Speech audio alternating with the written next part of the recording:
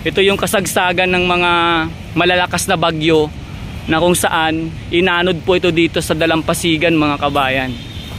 At hindi na po siya na ibalik. Siguro pinag-iisipan pa rin ito na makumpuni or maayos. Alam nyo kasi yung trash boom mga kabayan, yung trash boom ay isa po sa naghaharang ng mga basurang papasok sa dito po no, sa area ng Manila Baywalk Dolomite Beach.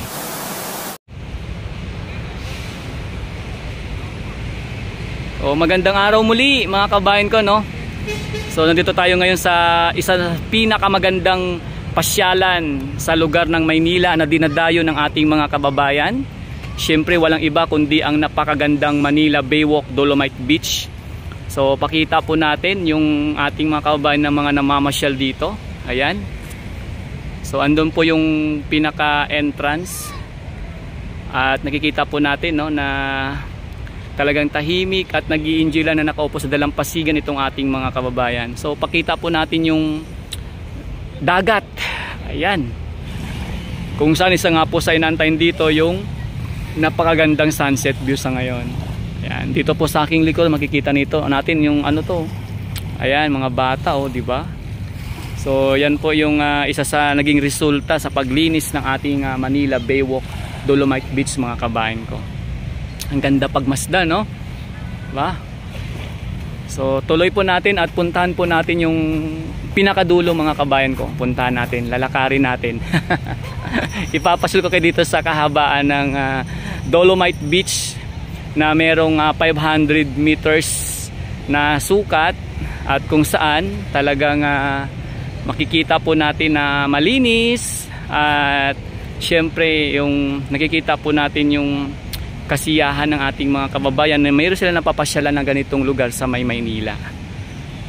So ito po yung ganap dito. Kahit medyo makulimlim, ayan, tuloy lang po tayo sa pagpapakita ng ganap dito sa Manila Baywalk Dolomite Beach. Ito isang magbabarkada. Ayan, ni-enjoy yung pamamasyal sa Manila Bay. Pupunta natin yung pinakadulo mga kabayan ko no, para makita din po natin kung kamusta na po doon. Kasi yung nakaraan nating update, may mga nakasakong basura doon no. So puntahan natin. Ito may mga ano din, foreigner oh. Ayan. May mga foreigner, ini-enjoy yung view dito oh. Di ba? So, mata tayo. Punta natin yung pinakadulo para makita natin ang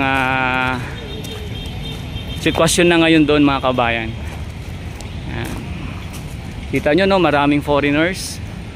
Ayan no, opo. Ayan, tingnan nyo, may mga foreigners mga kabayan no. Ayan. Enjoy lang dito sa Manila Baywalk Dolomite Beach. So yan po yung nakita ninyo na may ano po mga kabayan ko, itong ano na yan,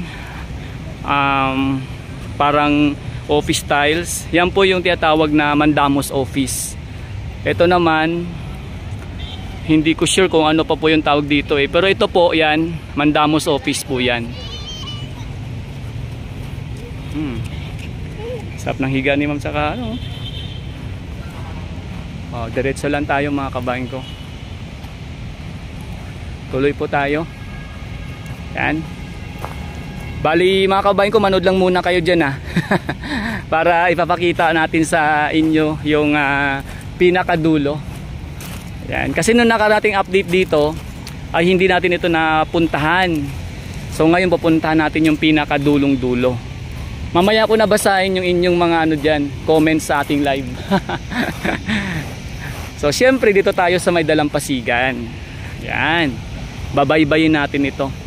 Ito po yung ano, ito po yung tinatawag nating Mandamos Office. Yan, yan po yung Mandamos Office mga kabayan no. Palagay ko parang malapit nang magbukas yan.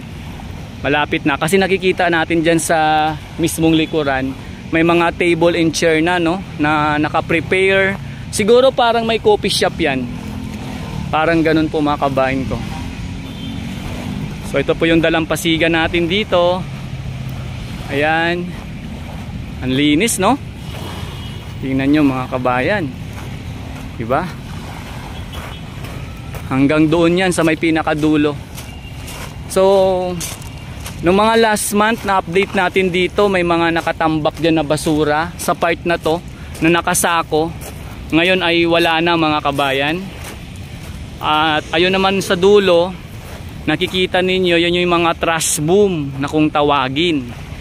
So papunta tayo ng papunta itong Remedios area.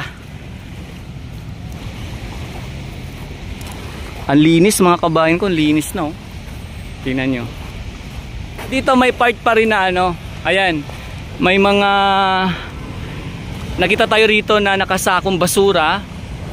Pero syempre po yan po yung mga yan ay na lang yan, for pick up na lang yan mga kabayan. For pick up na lang yan. May mga truck naman po dito ng basura na mapipick up. Tapos yan pa rin po yun. Ito po yung tinasabi ko na trash boom.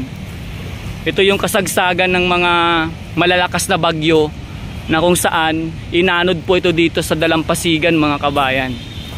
At hindi na po siya na ibalik. Siguro pinag-iisipan pa rin ito na makumpuni or maayos. Alam nyo kasi yung trash boom mga kabayan, yung trash boom ay isa po sa naghaharang ng mga basurang papasok sa dito po sa area ng Manila Baywalk Dolomite Beach. For example, halimbawa yung mga water lily, or mga styro cup, mga ganyan, plastic cup, isa yan sa pwedeng mangharang sa mga basura na yan, yung trash boom na yan. Kaso lang, yun lang talaga, nung kapanahunan na malakas yung mga bagyo, sunod-sunod yung masamang panahon, hindi po talaga ito mubra, talagang inanod po ito sa dalampasigan. So ito na po yung pinakadulo mga kabayan. Bali, ang sukat po ng pinaglagyan ng dolomite sand dito sa tinatawag nating Manila Baywalk Dolomite Beach ay umaabot po siya ng 500 meters. Ayan, 500 meters po. Kaya kung kayo po ay mamamasyal dito, puntahan nyo po yung pinakadulo. Madali lang naman. At meron din ditong mga nakasakong basura. Pero yan, ito na po yung papuntang Remedios, yung part na to. Ito na po yung pinaka huling pinaglagyan ng dolomite sand. Tapos yung iba dyan, yung papuntang Remedios, nilagyan naman po yan ng gray sand. Kaya, kung kaya po pag dito kayo namasyal, ay talagang maamoy nyo yung ang simoy ng hangin na talagang amoy dagat talaga mga kabayan ko. So ito po yung pinaka-last. Ayan, kung mapapansin niyo sa pinaka-last natin, meron din ditong nakasakong mga basura. Pero pipick upin din naman po yan mga kabayan ko. At doon po tayo nang galing. Ayan. So ang kagandahan lang po dito mga kabayan ko, kung dati nakikita ninyo na maraming nagkadito na basura, ngayon ay talagang napakalinis na mga kabayan. Kita nyo naman, di ba? Napakalinis. Medyo meron pa ring iilan na basura, pero ang kagandahan dito, hindi na kagaya ng dati na talagang maraming basura. Tapos yung amoy, may hindi ka nais-nais na amoy. Ngayon, presko yung amoy dito, mga kabayan. So ayan, diba? Ang ganda. Kaya masabi ko na talagang hindi po nakakasawang mamasyal sa Manila Baywalk Dolomite Beach. Diba?